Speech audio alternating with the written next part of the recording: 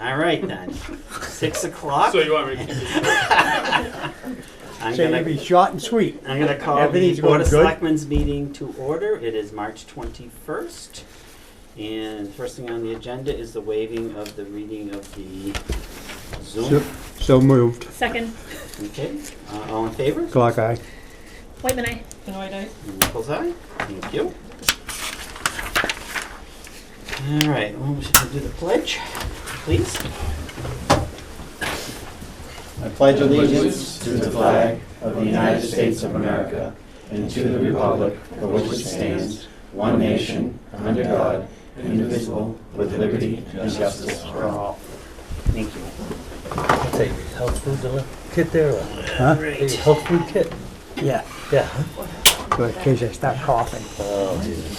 So next on the agenda is approval of Treasury Warrant 22W19 and Payroll 22PW19. So moved. Whiteman, seconds. Any discussion? Roll call. Clock eye. Benoit, aye. Whiteman, aye. And Nichols eye, excluding any COA wages. And next is approval of the minutes from the Board of Selectmen's meeting from March 7th. And If- do you want to do them separate? I just have a quick correction or a clarification on the March 7th. Yeah, Okay. if I may. Sure. I already emailed Tamika just for the Trails Committee thing. It wasn't through the sorry, I'm looking at the it wasn't through the open space. It was through Ware River Watershed Advisory Committee that brought it through at an open space and rec public information meeting, but it wasn't through that. So it was just that clarification or correction. Okay. Yep, Can you I'll make put that that change. correction? Yep, she Okay. sent the info to me, so I'll use that. Any other comments on March 7th? Do we have a motion to approve as amended? So moved. Whiteman, seconds. Roll call. Clock eye. Benoit, aye. Whiteman, aye. And Nichols eye. And then next on the agenda is the minutes from the ad hoc from March 14th. Motion to approve is written. Do we have a second? Whiteman, seconds. Any discussion? Roll call. Clock eye. Benoit, aye. Whiteman, aye. And Nichols eye. Thank you. Alrighty. And do we have anybody for public comment? No. Anybody else? Please identify yourself and address. Karen Narwhal, 149 Palmagussit Road. Wanted to know if the PO has gone out for the appraisal for that land off of Ridge Road. Yeah. Okay. That went out the day the board voted, the finance committee voted. Okay. It went out immediately, the contract was signed and all set, so we have 30 days. I'm gonna follow up soon to make sure that they keep telling me they're gonna do it within the 30 days, so I gotta follow up to make sure that it gets for the 30 days. Okay. Thank you. Alright. Any other public comments? Alright, thank you. And first on is the chief. Thank you, Mr. Chairman. Before I delve into the department update, would you be interested in taking item number 23 and kind of lumping that in?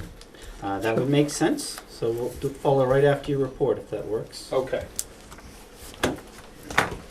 So as you can see, I brought a small army with me tonight. Hopefully these should be some familiar faces to you, maybe some new faces. Unfortunately, we had 2 resignations in the department, 2 full-time officers left for other opportunities, but I'm happy to report we got some great people to step up and backfill those positions. So the first one I'd like to introduce is Officer John Foster. Stand up, wave to the board. How you doing? So John has actually been with us for 15 years as a part-time officer. He has about 22 years of experience in law enforcement and lives right here in Rutland. He spent most of that time working full-time for UMass as a campus officer, and he finally, after many times trying to convince him to come over to us full-time, he finally made the jump. So we're happy to welcome John with us full-time. Well, welcome. Thank you. Thank you. Thank you, And John. the next one, you have a seat, John. The next one is Officer Max Jetty. Max is also a local fella. He's a Wachusett Regional School District high school graduate. Lives over in Barry with his fiance, who happens to be a Rutland firefighter.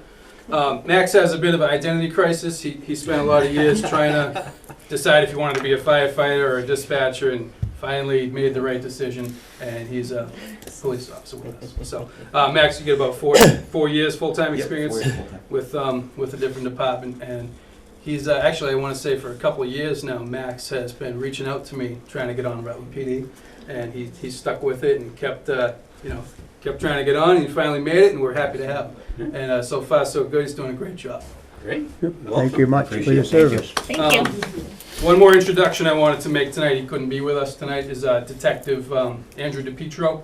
We hired Andy full-time probably about 1.5 years ago, and one of those full-time guys that left was our detective, and Andy jumped right into the detective position. He's doing an excellent job, and one of the things that made him a great pick for that position was that even prior to it being open, he, on his own dime and on his own time, went off to get trained in fingerprint school, breaking and entering training. Like he was just really interested in it and wanted to pursue that position even before it was open to him. So, and he jumped into it, and he's doing great, and he's taking everything and running with it. He's already involved with the North Worcester County Drug Task Force, working with area departments on trying to keep drugs out of here. And so that's what we got for personnel stuff. Oh, I also want to talk about the Bridge Academy. Have you guys heard about the Bridge Academy at all?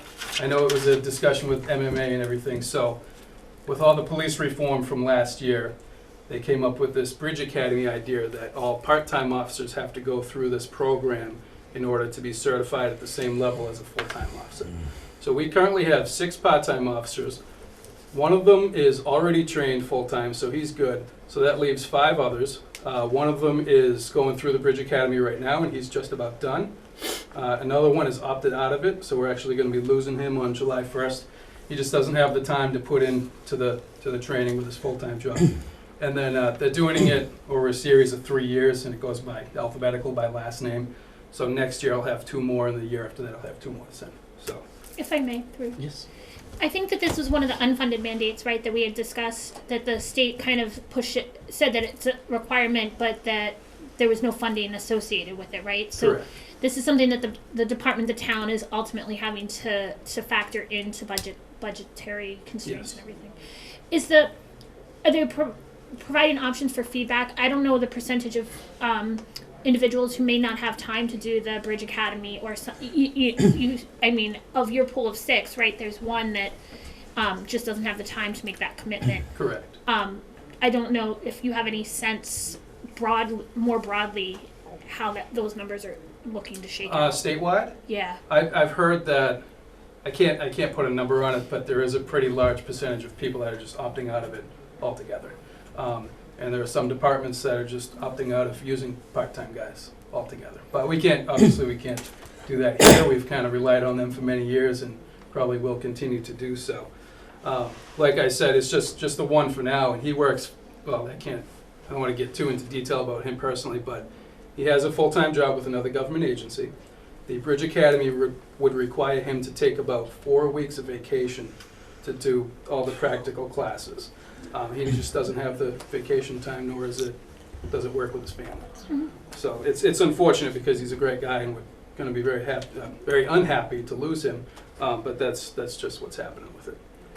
And so financially, it's not too much of a burden because it's just one person this time around, and 2 of the other people also work for other law enforcement agencies who may foot the bill when they go.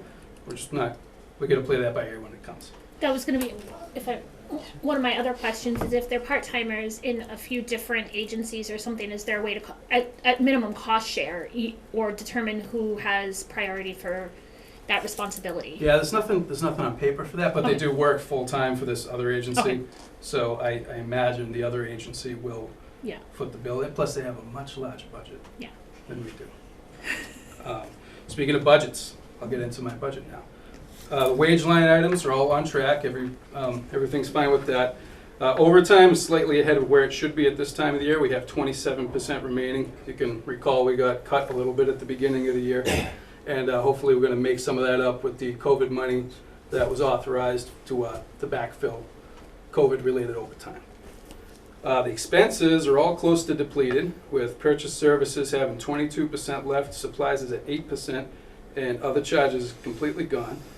I've already talked to the finance committee about this and that situation and explained that any overages are going to be covered by our gift account money and mostly the donation money that we get from Dept. And I just want to point out that we're relying very heavily on that donation for basic police expenses.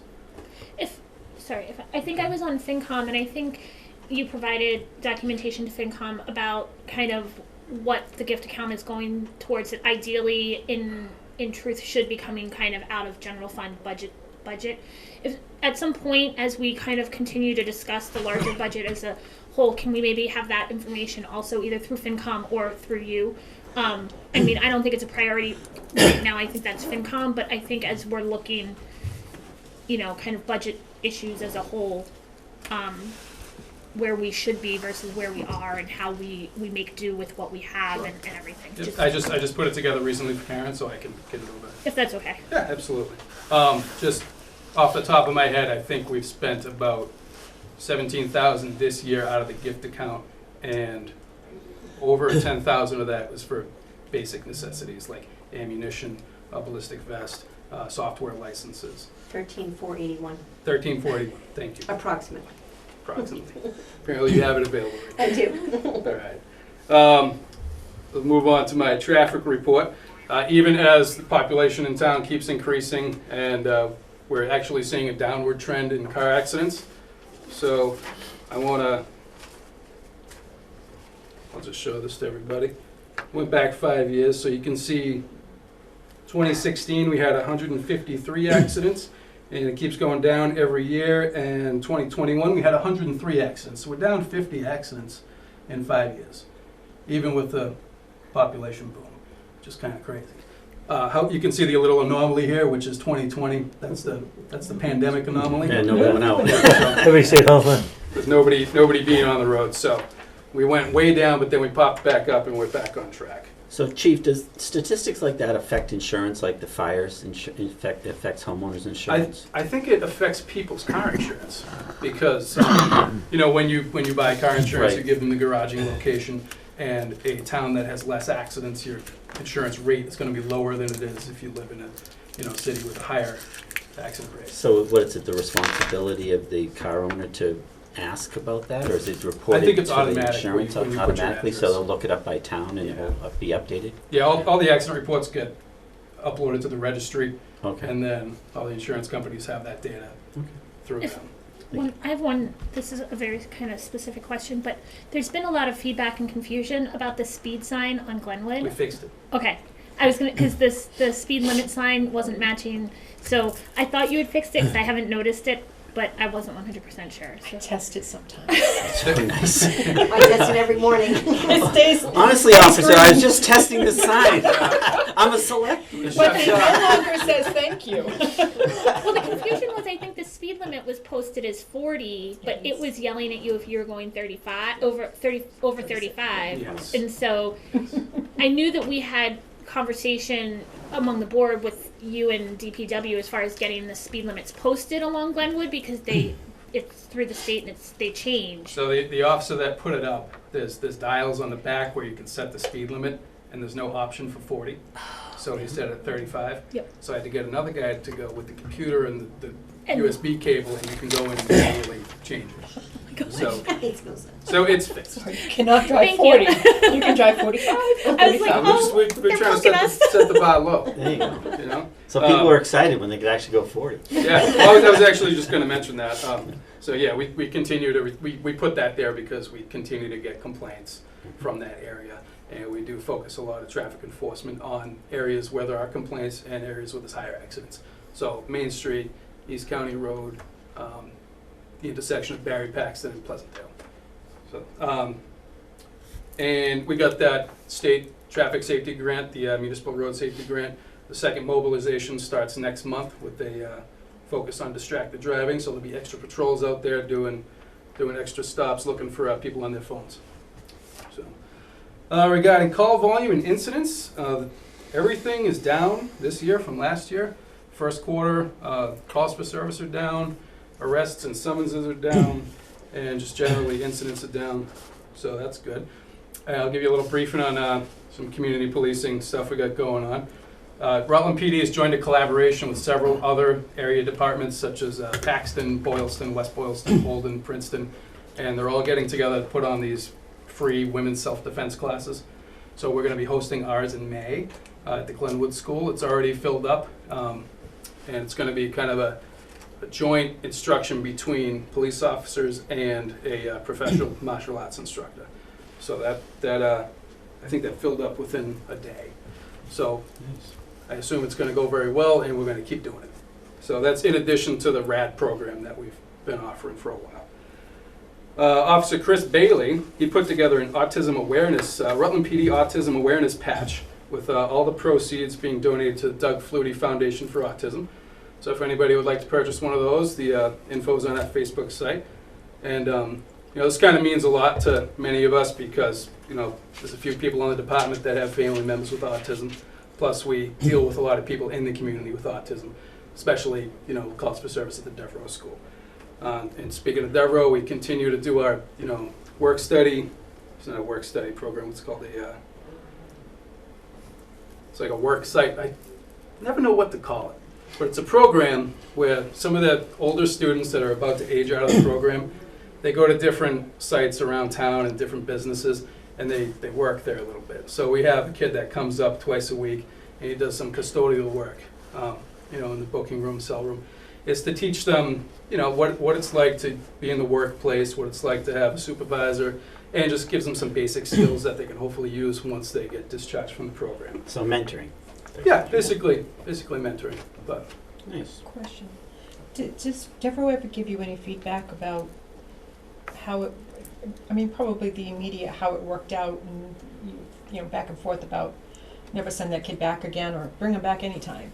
But, there's the whole recidivism out of the prisons when they are educated. Is there anything, does this truly help them get into a position? Is it resume worthy? Is there any long-term I haven't heard too much feedback about kids that have gone through it and are now out of the program, but it is resume worthy, I believe, because being at the school up until age 21, some of them have nothing to put on the resume. So this does allow them something, and there's been several kids now that have come in, done a good job, and they end up leaving with a really nice letter of recommendation. Good. So it's at least a little something they can bring to the workplace to say, hey, I did work somewhere.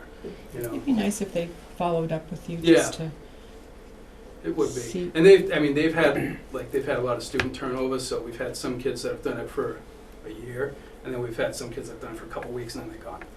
Yeah. Same thing with staff too, so the staff comes and goes, so. Yeah. But we're doing the best with it, and we're trying to set up some other stuff with them. It's just been very difficult because of COVID, and they've had a really high staff turnover rate. So we're still trying to set up like a canine demonstration. We're trying to bring back the sports stuff that we did with them a couple of years ago.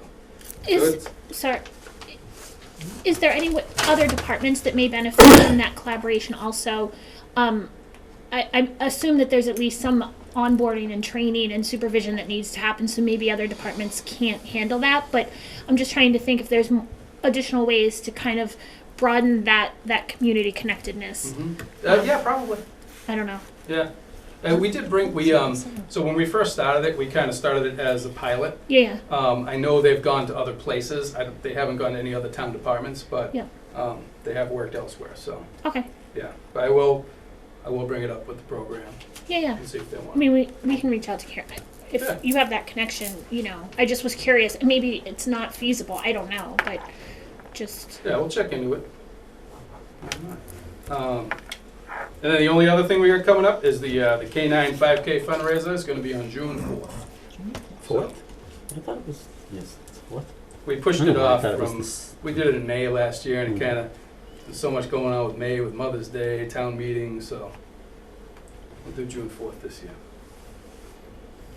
And you're going to do it from Glenwood, the same? Yes. Same exact thing? Yes. Yeah? So somebody from the foundation will probably be here in a couple weeks to ask for a one-day pouring license. And out of shape, older people can walk. Yes.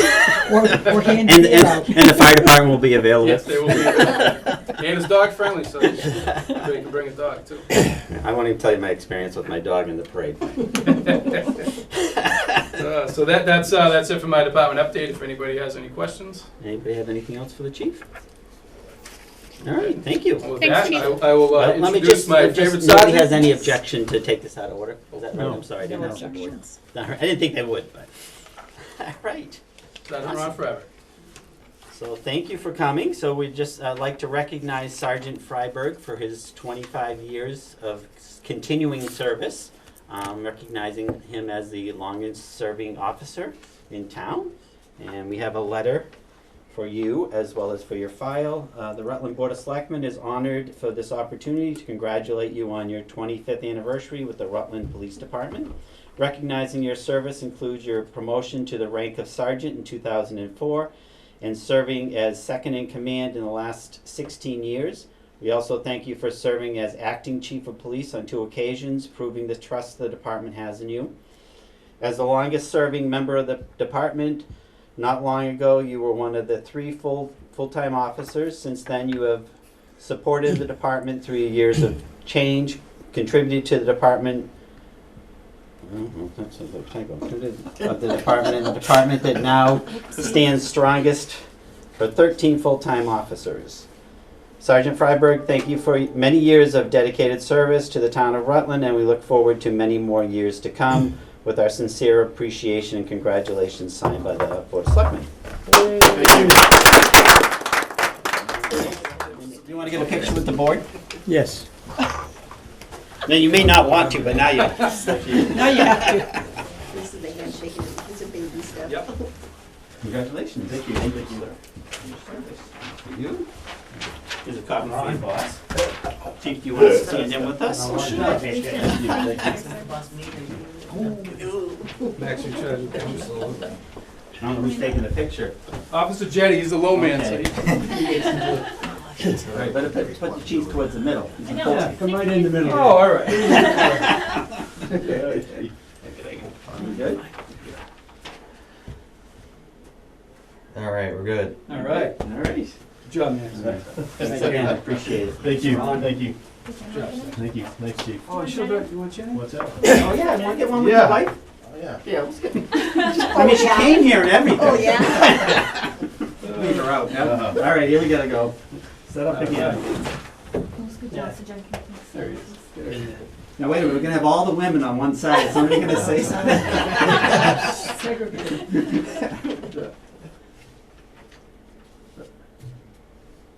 All right. All right. All right. Thank you all. Thank you very much. Chief. Thank you. Thank you all for Thank you, coming Chief. and welcome the new officers. Oh, I'm sorry, Skip. No, you're all right. Right now, I'm not that I know, I just don't This I don't. squeeze through. All right. Thank you for having us. Thank you. Thanks, guys. Thank you much. All right. Next is the town administrator update. Thank you, Mr. Chairman. First, I want to just talk a little bit about the budget, just for the record so everyone understands. On the 23rd, the Finance Committee will be taking up the assessors, the town clerk, the registrar, and RDIC's budget. On the 24th is effectively the night of boards and commissions, with the Conservation, Planning, Zoning, Agricultural, and Cable Commission all will be given their budget. As the board knows, I've been working with the finance chair, keeping track of all the budget adjustments as the Finance Committee has been going on from meeting to meeting. That's going very well, and I think I've sent a copy out to all the board members as well, so the select board has that. So far, I think it's been a very good budget year. A lot of good questions have been asked by the Finance Committee, and I think we're in very good shape. We're obviously, most of the big departments are all done with the exception of the school system. I think that's the one big department that still has to be done, but things are going very, very well. And I think we're on a positive note so far in terms of budget adjustments, so that's good news. I know we've had some conversation, and our finance chair will also be interested in this issue. So we put out a request for quotes for hauling services, for the trash hauling services. We found it was exempt from 30B, which is our procurement law, which is really good. The sad part, it's not exempt from prevailing wage, so we have to pay prevailing wage for hauling services. So that is going to make it expensive. Looking at the current budget, or the current cost, we did find out that all of the budget was within the fire department's budget. We're not sure why it was set up that way, but all the trash hauling is within the fire department budget. So we may have to break that out once we get a new agreement going on. Yeah, we were surprised by it too, but that's, No, you're shaking your head no. no, because library's got one. Library has their own? Well, most of the other departments then I guess are all through the If I fire may, department budget. for clarification for that, is that for official town business trash, or is that for all of the entirety of town? Because that would be a Just, Board no, of Health just thing. for town official like our buildings. Supposed to Just be, our building. we're supposed to be looking at for the entire town. That's what he's saying. He was just saying about the budget. Oh, I'm sorry. No, Yeah, we're, he we're was- talking about the Just- budget, yeah. Yeah. Okay, No, he was talking about the budget when he was talking about the fire department, but Right. he's Board of Health, we sent him a note, so I knew they'd look into Yeah. it. thank you. This Friday I'll be meeting with the legislative delegation, myself and our DPW director to talk about infrastructure projects with the statewide ARPA funds that they're getting. So hopefully that will be positive. We want to make sure we get in on that bill for whatever we can. We obviously, as you know, have lots of infrastructure projects, particularly things like parking lots that we're looking at. And now that I bring up parking lots, I'll also let you know that I've been working with the finance business manager, the school system. He said to me today, he expects that they'll have the quote by the end of business today. We'll see. But I've been working with the capital improvement committee, and we're expecting those numbers to go into them. Hopefully they'll get them today. Mr. Buckley was out sick today. So hopefully tomorrow we can have the town side numbers for the parking lots as well. Had an interesting meeting with the MMA, went to their meeting, and the issue was on ARPA funds. It seems now that the ARPA funds, and I think I explained this to the board in the past, that they have certain buckets that you have to spend ARPA funds on, and we're very limited as to how we can spend those funds. They've changed what's called the rule, the federal rule, and it allows us now to spend, basically what they did is they gave a $10 million exemption towards lost revenue, which is that bucket we didn't even have. But now you can use up to $10 million in ARPA funds, if you had that much, for lost revenues, which effectively opens it up for all other kinds of capital items. So the capital, or the ARPA committee that's making recommendations, this board will expand those recommendations and work with the capital improvement committee to look at things like those building repairs that we've been talking about. So I'll be meeting with them. My department head meetings are the last Tuesday of the month, and I meet with my ARPA group right after that, so we're gonna talk about that some more then.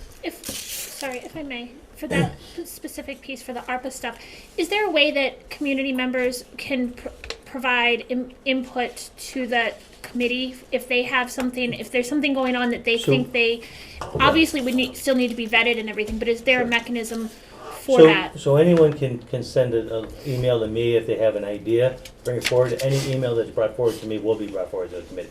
Oh. So it's open, and that goes for not only just the general public, but of course the selectmen and finance committee members. So anybody that has something that they want to bring before the committee are very welcome to do so. Okay. Had a recent meeting with the chairman of the planning commission, the conservation commission, the town planner. Actually, it was a series of meetings, and the developer to talk about a project and to work out agreement to make sure that all the required work that was going to be done before a road was going to be approved has been completed. That still has to go through the planning commission before it's completed in the conservation commission, but it was really a communication thing. The chairman of the planning commission asked me to host a meeting, and I did so. The second part of that meeting, though, was with just our team. Again, the town planner, conservation chair, planning board chair, myself, and the discussion was more just about how to improve communication between the various boards. I think that meeting went very, very well, and we left with a general agreement as to how things were going to be done. And I think that particularly the Conservation Commission had some concerns about the information it was getting, and I think, I'd like to believe that that issue was resolved, and they've agreed to communicate directly in some cases between the various chairs to ensure that everybody had the right information and that people were comfortable with the knowledge they had and that the boards could make the decisions they need to make. So, can I interrupt you on Sure that you can. just a I little know bit? there's, I figured you Through might the ask me chair? this, yeah. Yes. The chairs, and I'm talking conservation, Mhm. they work also. But we have a executive secretary that people can talk to. They don't have to go through the chair. And this is one of the biggest problems that I see that our people have on the planning board and town planning. The, you respond, and thank you, I really appreciate your comment, I knew this would be of particular interest to you as well. That communication has been occurring, and the clerk secretary. No, they're not clerk and secretary. She serves kind of two roles, she's serving as a clerk and a conservation. No, kind of she's not serving a as clerk in mi- the conservation, no, she So isn't. what is she in the She conservation? does everything for the board, everything. Okay, so what I'm trying. Maybe she's a clerk for the select board because she's taking minutes only.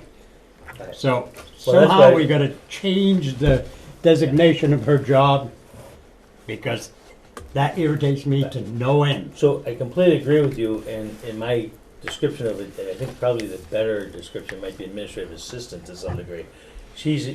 The clerk plays a unique role for conservation, and you're absolutely right, we at some point have to figure out that job description. I know that conversation is already happening between the members of this board working on the reclassifications and stuff. So I agree with you, I think it's being worked on. I simply use the title of secretary because she does things beyond the clerk's job, is what I was trying to point out. Getting back to the main point,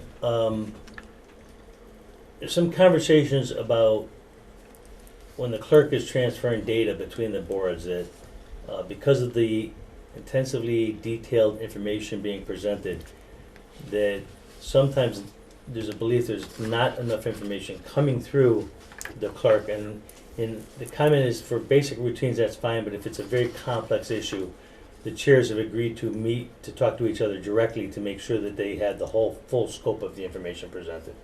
That make sense? Yeah, it makes sense, but I don't believe it. Okay, well, all I can tell you is that's what the chairs believed would be the best way to handle it, so that's why Okay. it's done.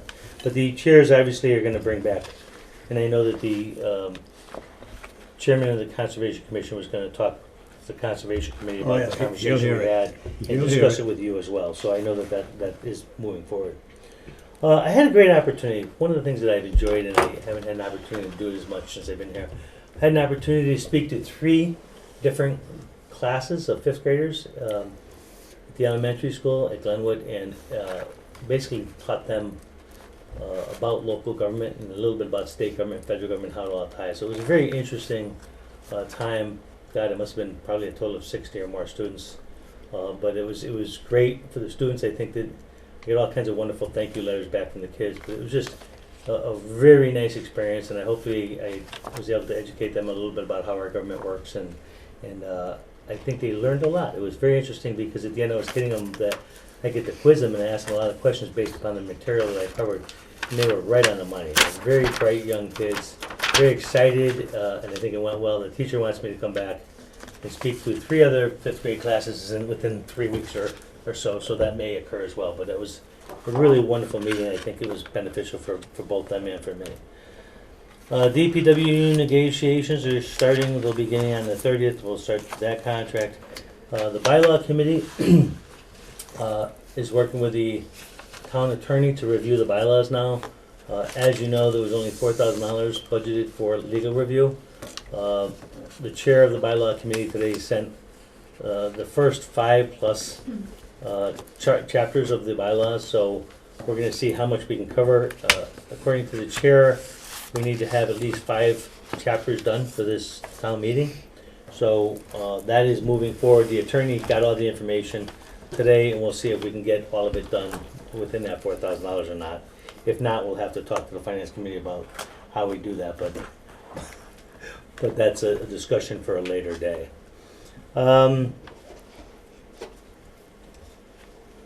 Just to let you know, the warrant, effectively, I believe you guys are opening it tonight, effectively. And I sent a letter out to all department heads notifying them that the warrant would be opening and asking them to get their articles in as soon as possible, so we can start developing that warrant. I set up the basic template for it today and expect it'll be a little bit easier this year with the template I already have in place. Last comment is for the next meeting, you'll be receiving a new contract between the town and the communications director. I don't believe that, Mr. Chairman, it has to go to executive session. It's very basic, very simple, so I think we can do it in regular session. That's my intention. We can talk later if you think there's some other reason, but I don't think there's really any negotiation to be done further. It's that simple, so I'm gonna add it, we'll discuss it for our next meeting, but I expect to be adding that to the general agenda. And I think that is all I have, actually quite a bit, but that is my discussion for this evening.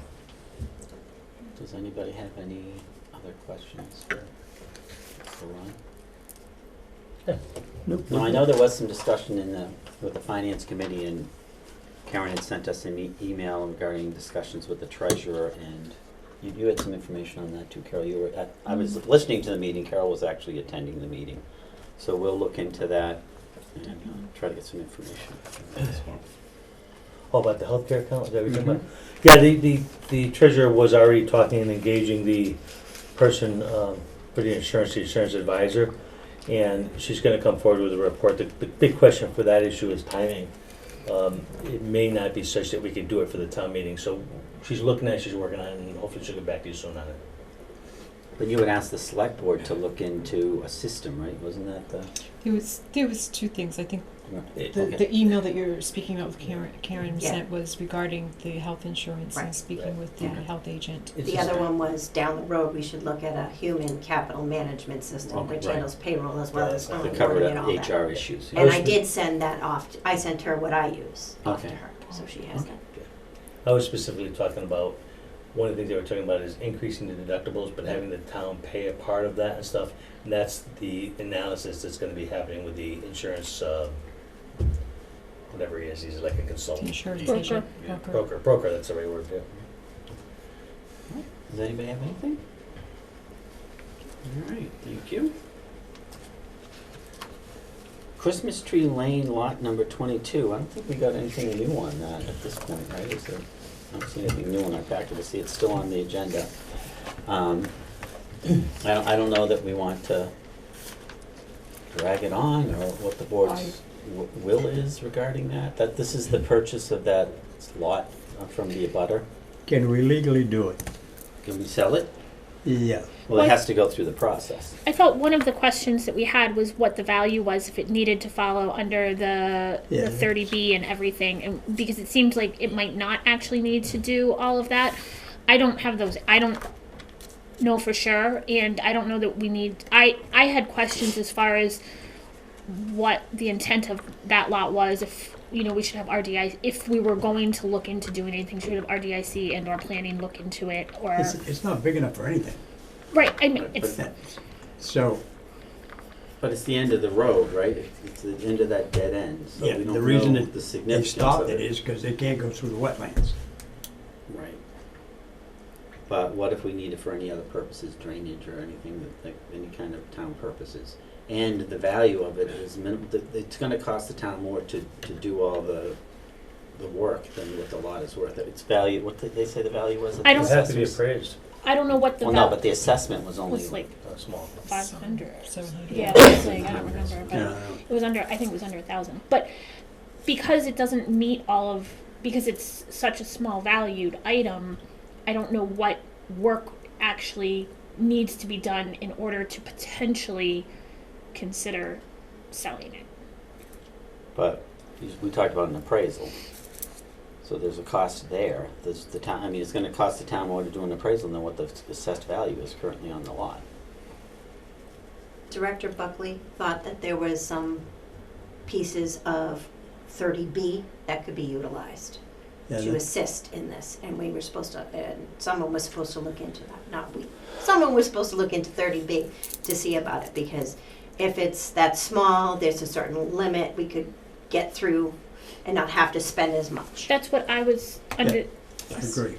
the impression, and I mean, I'm not sold in no pun intended, whether we offer it up or not. I just want to know what the process is, and I don't, if we have lots such as that are just kind of sitting there and there's a benefit and the land and the adjoining homeowner is interested in it, I don't know if we can set a policy for those cases, especially for such small valued pieces. Obviously, if it's a larger value or a package, then it's going to need to be different. But But do we know any of the other abutters are not interested in it, or any other? We'd have to put that out. Because Right, I You don't, know, there's a whole lot of, I was hoping to just have more information as to what the and I know process. that Mr. Buckley brought up a bunch of issues, but like I said, I don't see anything new here. No, I haven't seen it either. I'll make a note that we look at the follow-up with the 30B The 30B process, issue. what falls, how it needs to go. So we'll just table it again for now. Is that what the board's pleasure is? Yes, please. You know, and if director could get some information for us, or maybe Ron can, I don't know. Yeah, I'll comment briefly, and again, I think what the director was trying to point out is that it may not be subject to 30B because it's so small, that it's such a small dollar amount, it might not be subject to 30B at all. The problem is, in order for basic fairness, you would have to still put it out in the market, because you don't know that one person is the only person who would do it. So you're still gonna have to set up the whole, process of putting out an RFP and stuff for the land. You're still gonna have to have appraised and stuff, and the question is, and I know I discussed it with the chairman a little bit, what's the value for the town in doing this? And that was the question raised, to spend all the time and effort, because there's really no benefit to the town on it, and it will cost us money and stuff. I know that the owner has suggested that they might pay for it, but they really couldn't pay for it because it has to be open to the general public in a fair process. So, I don't know what the future town use is for this property. I know that was a concern by some of the members, that there could be a future town use for this. Subject to 30B or not doesn't change the fact that we have to be fair in the way we put it out in the marketplace, and that's what's gonna require the work in the appraisal.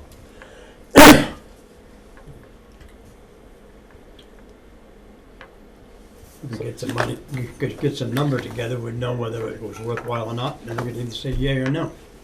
Well, Well, we'll just, like I said, table it for now, and if we have any additional information, if we don't obtain any additional information, then I think the board will just have to take some kind of action to close the issue. Yep.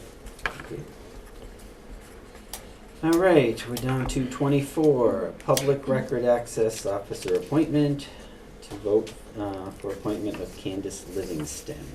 So Anita had sent a request for this, and you have the document in the folder, I think, right? Yeah.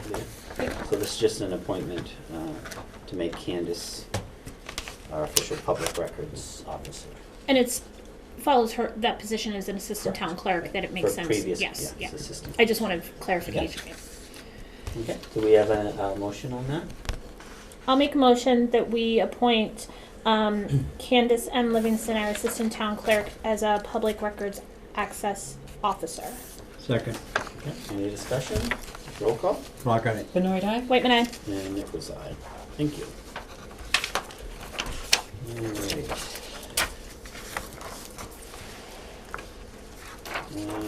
Next is to open the warrant. So, in our packet, there is some guidelines, and I think Carol, you have reviewed them, dates. Can we do all of it? Yep. I'd like to make a motion that we open the annual town meeting warrant, that we'll open it on March 21st, 2022. Second it, Any discussion? Roll call? clock eye. Benoit eye? Whitman, aye. And Nichols, aye? I'd also like to make a motion that we close said warrant for the annual town meeting on April 5, 2022. Second, Any discussion? Do we need to put the time on it at noon? At noon. Sorry. Oh. Sorry, at noon on both. Sorry. so you did use today's date for your opening, right? Yes. Yeah, Yep. so it's open as of now, and then closing. All right, any discussion?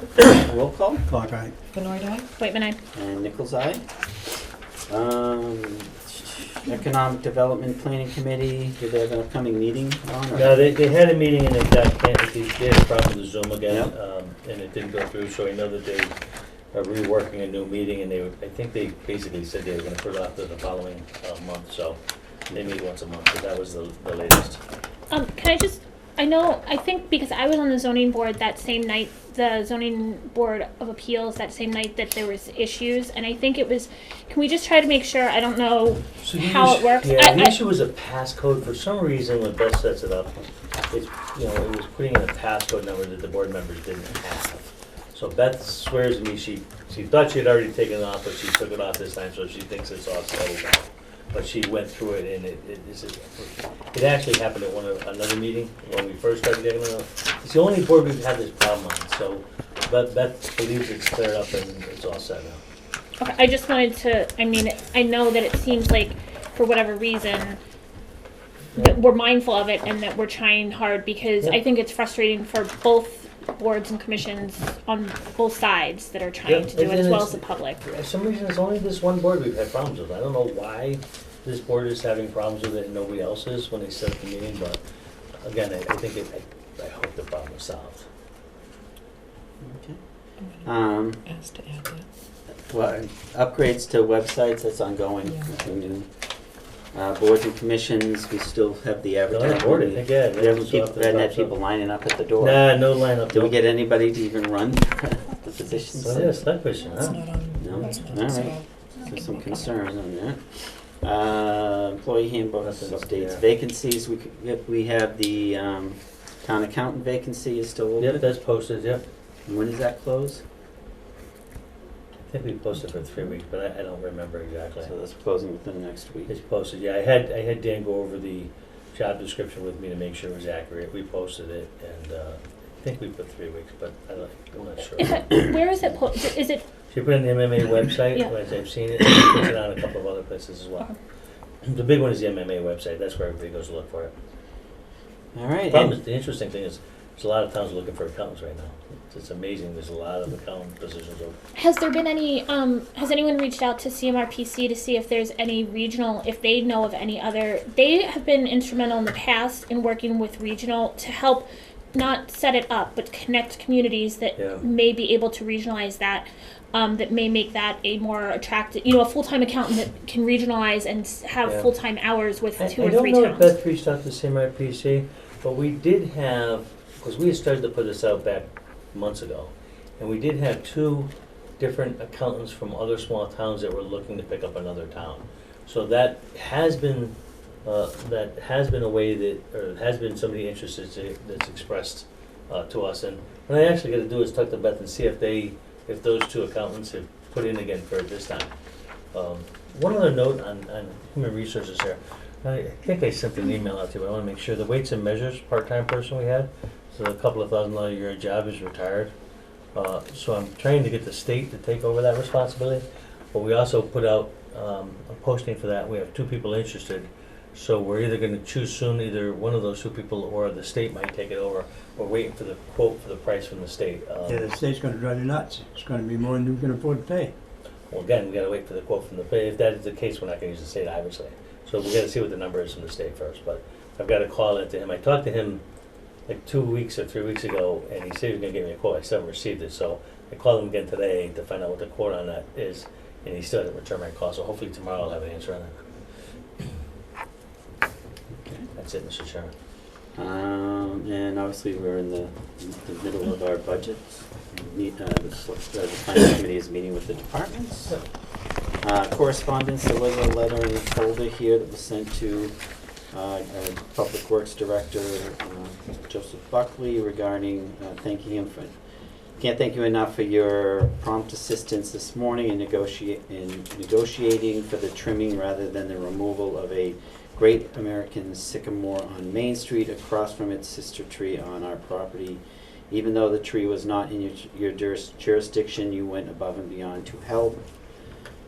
The tree has stood there for over 200 years and should get more than a quick assessment by Mass DPW before removal. Your help this morning will get it the correct review by the state arborist, as should be the case in all public trees, let alone trees that have seen a lot of history. We know the tree isn't dead, and as we saw it in full leaf just last summer, sycamores are late bloomers and look dead for longer and more dramatically than most other species, but they are one of the tallest and strongest deciduous trees. We have talked to the arborist many times over the years and know that it, like others, has fungal disease. This is common in sycamores, but they live a very long time in spite of it. Thank you again for your prompt action and consideration of residents' concerns. Just wanted to share that letter.